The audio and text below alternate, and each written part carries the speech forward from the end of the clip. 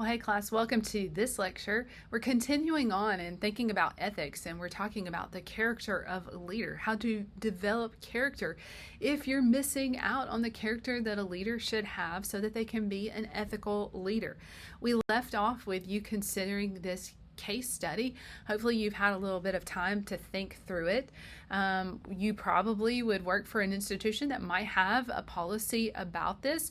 We think about this type of case study, particularly for a nonprofit, that this type of behavior from a vice president who loans out the funds of the institution at will with no accountability towards those who are above him, who doesn't make that known but just loans out money at his own discretion. This could cause an institution to lose its tax exemption status.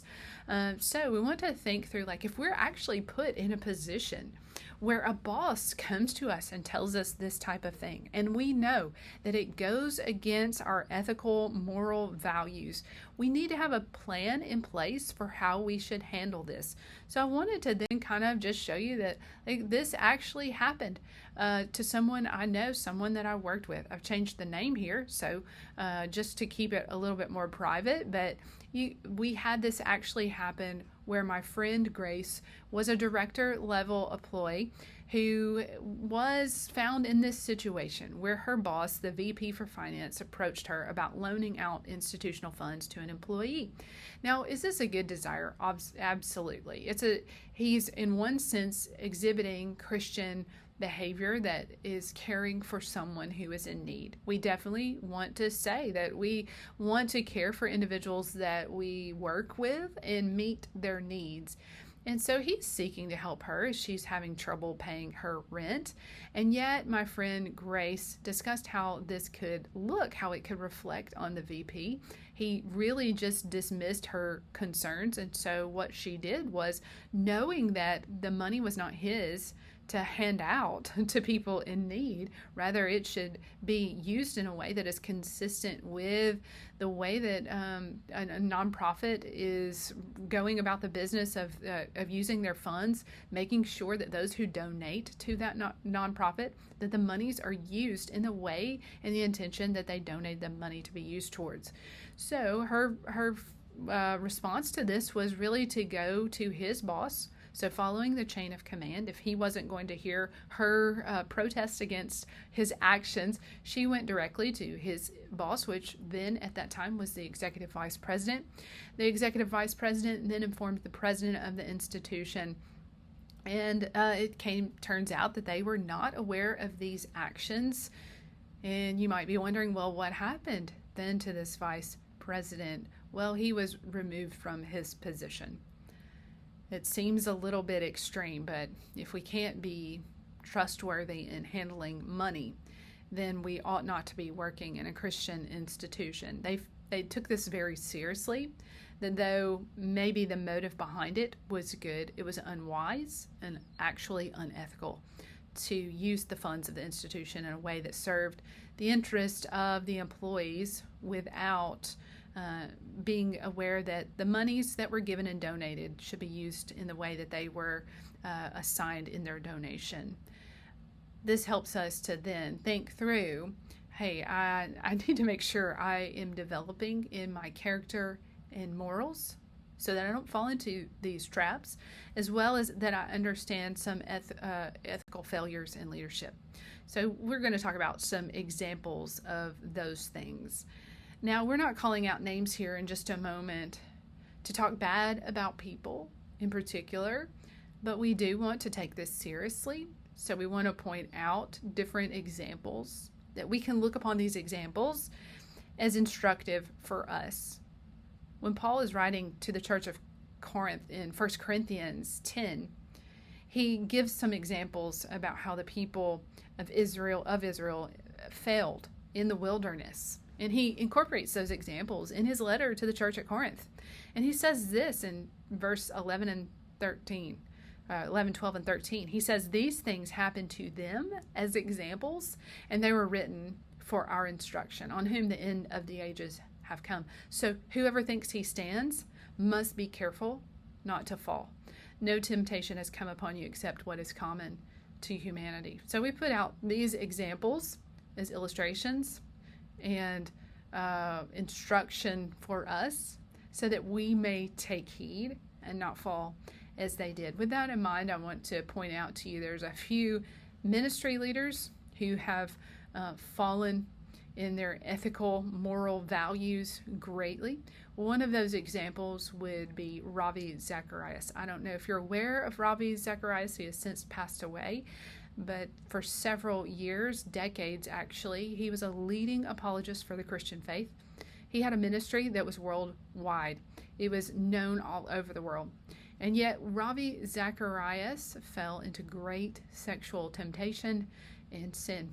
And so the bulk of his ministry to this day has no effect because of his failure in pursuing a God-honoring commitment to his wife. And so he fell greatly in sexual sin. And so that is one area where Christian leaders need to take care and take heed in the temptation to fall into sexual sin. Another example is the temptation to arrogance, pride, and bullying and mistreating others. The example from this, we're drawing upon Mark Driscoll. He led a church in Seattle, Washington called Mars Hill Church. It grew largely in the late 90s, early 2000s. He had a nationwide ministry, was on the speaker circuit for large Christian organizations, as well as being the lead pastor at his church. He had multiple, it was a multi-site campus or church, and lots of leaders, but he was the head honcho there. And several years into his ministry, late like 2010 or later, I'm not exactly sure of the year, he was confronted by a group of his elders for his behavior in the way that he was treating staff, the way that he was verbally abusing them and going on tirades and being just overall a bully who was difficult to serve under. They brought in a Christian counselor, and he refused to repent and change his ways, and ultimately the church to this day does not even exist because of his failure in leadership and in repenting from his bullying type of behavior. So not only the temptation to sexual sin, but also to arrogance and pride and the misuse of our leadership towards abusing others. Then there's one outside in the secular world of just absolute lying and fabrication, and that would come from Elizabeth Holmes. I'm not sure if you've heard of Elizabeth Holmes, but when she was in college and graduating from college, she had this idea that she wanted to basically create a machine that could prick a person's finger and give all of the results of blood work that we have when we have our blood drawn in a doctor's clinic. She wanted to ease the situation for people not having to have a whole vial of blood drawn when they go to the doctor, so much so that they could go to a Walgreens and go in and have their finger pricked, and they could discern from that one prick all the things they would have been discerned from having blood drawn in a vial. So she had this idea. She got all these stakeholders, billionaires and millionaires, to give to her idea, to give her the scientific, the research ability to get this thing that she had, this vision, this idea of this new thing that would do this, that would be placed in Walgreens. She got all the money and backing for that and spent years with a team of scientists trying to develop a machine that would accomplish just that. And yet they could not figure out all of the logistics to get this machine to do what they wanted it to do.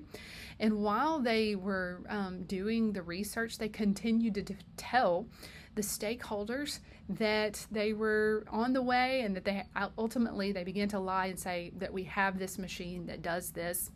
And they came up with a way of making it look like the machine could do it, so much so that they went so far as to have all of these nationwide deals with Walgreens to have these clinics in their drugstores.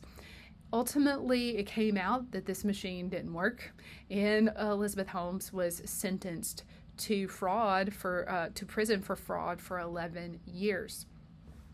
So we want to think through the temptations that we have, not just to sexual immorality and failure in that regard, and not just the way we treat people and our pride and our abuse of people, but also our temptation to fudge the truth, to lie to people, our stakeholders, as well as others, people who have backed us, who have staked a claim on us, who have given of their time and money to support us.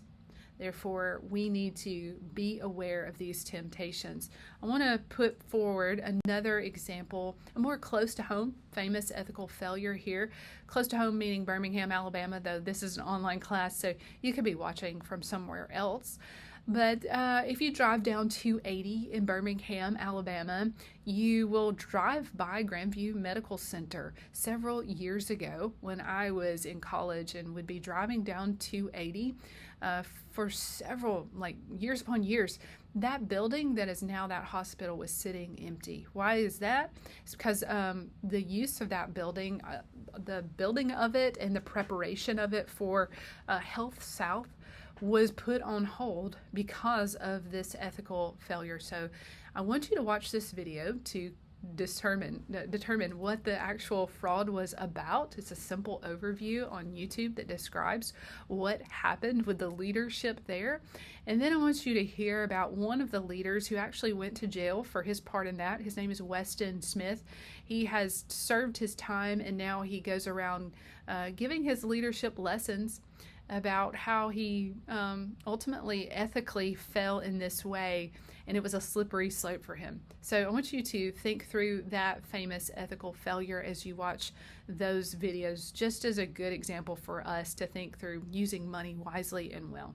Well, if you want to develop as a person of character, then this is an approach that helps us to see that typically human beings are developing from childhood, from the moment they're born until they're adults. And so this shows us the development of moral character and in our performance and intellectual character as we're children, and how we are formed in our identity as we grow as teens. And so we are growing in formative leadership and the practice of leadership, and we're understanding who we are as well as the ethical components that should be clear within a kind human being. And so we're developing a vision for self and a clear sense of purpose, and we are developing in practicing leadership, building initial success stories.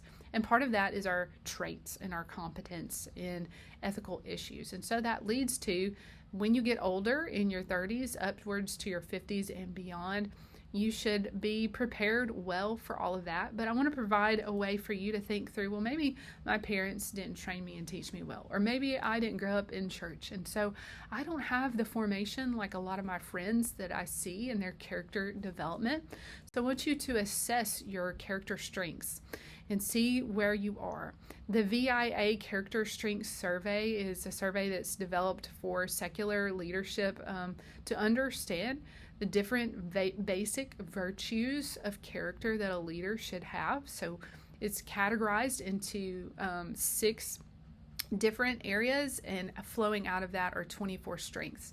So the 6 major areas are wisdom, courage, humanity, transcendence, justice, and moderation. So what I'd like for you to do is take this survey. Here's the link for it. So you might pause the video and write down the link and then type that into your computer and go take that survey. Or you could just Google VIA. You'll have to create a free account for that, but this will be used for your leadership development plan by the time we get to the final module for this class. All right, so when we're reading through The Character of Leadership, written by Jeff Orge, he says this. He says we're on a quest for character. So no matter where you stand when you take the VIA, or where you are in your development for character, understand that we're all on the same quest. He says this, so for the past decade, my focus has been on becoming the leader God intends me to be, rather than doing the leading God intends me to do. So his focus is not on the actual practice of leadership so much as so as looking at who am I as a leader. So who does God intend for me to be, that then leads into the right practice of leadership. So he says this book is not about how to do leadership. It is about how to be a leader. This is the order. We have to have the right priority. We must first think about who we are and our character before we begin to lead. And one place we want to draw strength from is looking at the commands given here in Colossians 2 and think about these things in light of the character of Christ. So Paul tells the church at Colossae, he says, therefore, as God's chosen ones, holy and dearly loved, he gives them their identity. They are chosen by God, they have been made holy, and they are the beloved of the Lord. And because of that, they are commanded to put on these things. Put on compassion, kindness, humility, gentleness, and patience, bearing with one another and forgiving one another. If anyone has a grievance to one another, just as the Lord has forgiven you, so you are also to forgive. Above all, put on love, which is the perfect bond of unity. And let the peace of Christ, to which you were also called, the peace of Christ to which you were also called in one body, rule over your hearts and be thankful. Let the word of Christ dwell richly among you in all wisdom, teaching, and admonishing one another through psalms, hymns, and spiritual songs, singing to God with gratitude in your hearts. And whatever you do in the word or deed, do everything in the name of the Lord Jesus, giving thanks to God the Father through him. So we want to think through the picture here that we are called to live out the character of Christ as we lead. So how are we formed and shaped fundamentally as Christian leaders? God uses the Bible to shape us, to teach us. God uses our circumstances, and we have disciplined discernment through those things. We'll spend more time talking about how we develop character as we get into the spiritual rhythms that we should have in place to increase our character so that we can lead well. Before we do that, though, I want to give you an opportunity just to process. This is not something you necessarily have to think through as far as like turning it in. But if you are an internal processor and you need a minute just to consider what we just discussed, I'd love to give you the opportunity to do that. So think about a particular circumstance you're experiencing right now. How might God be using that circumstance to grow your character towards Christ-likeness? And how has the Bible shaped your character or the character of someone you know? That'll set you up well as we get into the next module, and I'll see you there.